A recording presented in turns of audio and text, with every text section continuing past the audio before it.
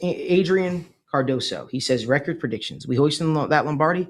I need someone to cook right now. I'll cook. Listen, I think that the Bengals have the opportunity to do something really, really special, something that they haven't been able to do in their franchise's existence. And I think they have the ability to hoist the Lombardi trophy. But I think it all starts with cutting your own grass first. We kind of talked about this a while back.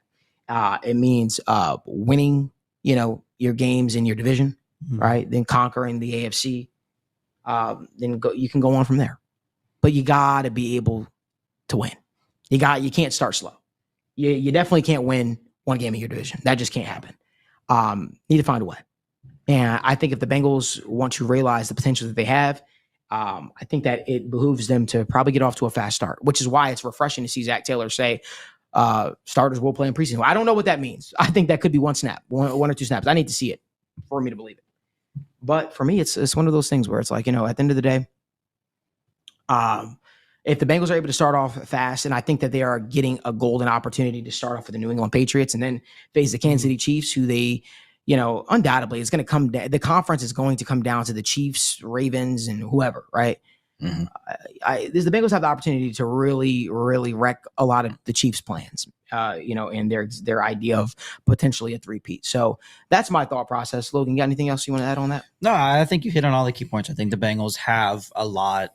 They have everything they need to make the run. I think, this time right now in this first few weeks, just a lot of new faces, a lot of new bodies, a lot of questions, but not a lack of talent, and which is the most important issue to have. You just have to figure out how to use it.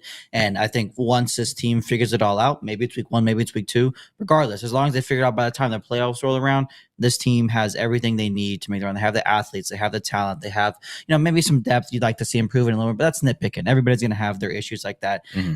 There's nothing you really look at that they don't have that you're like, you really want them to have. They've shown they can do it. They've added more talent. They've added guys that can play different positions and play different roles and be more versatile.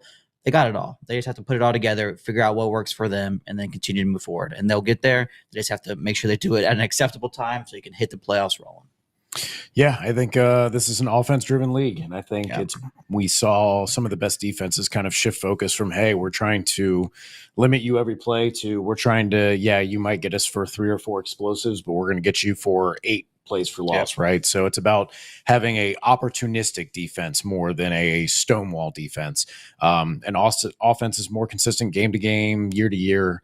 This is obviously Joe Burrow being healthy, deepest roster weapons that they've had. Joe Burrow's words himself.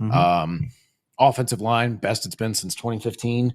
And then the defense, again, you've got some players and some hungry guys all over with some good veterans and Mike Hilton and Von Bell and Geno Stone. And so hopefully you can get a little bit more of the turnover action, a little bit more from the pass rush. And I mean, hey, again, it's about being opportunistic. They don't have to be a top 5 defense. If you got a really good offense, a top 10 unit, you can be the 15th or 20th best defense and just show up on when they need you, right? Make the crucial plays. So I think they are very well primed for a legitimate run. I know Malik and I were talking when they made their first run about how the run was exciting, but there wasn't a lot of consistency that can be brought from it, right? When you're generating so much offense from just downfield explosive shots, those are productive and result in a lot of points, but are not as easy to consistently come by. I think they are a much more built for consistent success team now than they were then. And I think they are going to be able to capitalize this year in a time where there's a lot of turmoil at the top of a lot of the different conferences right now. I think it really is wide open for the taking. So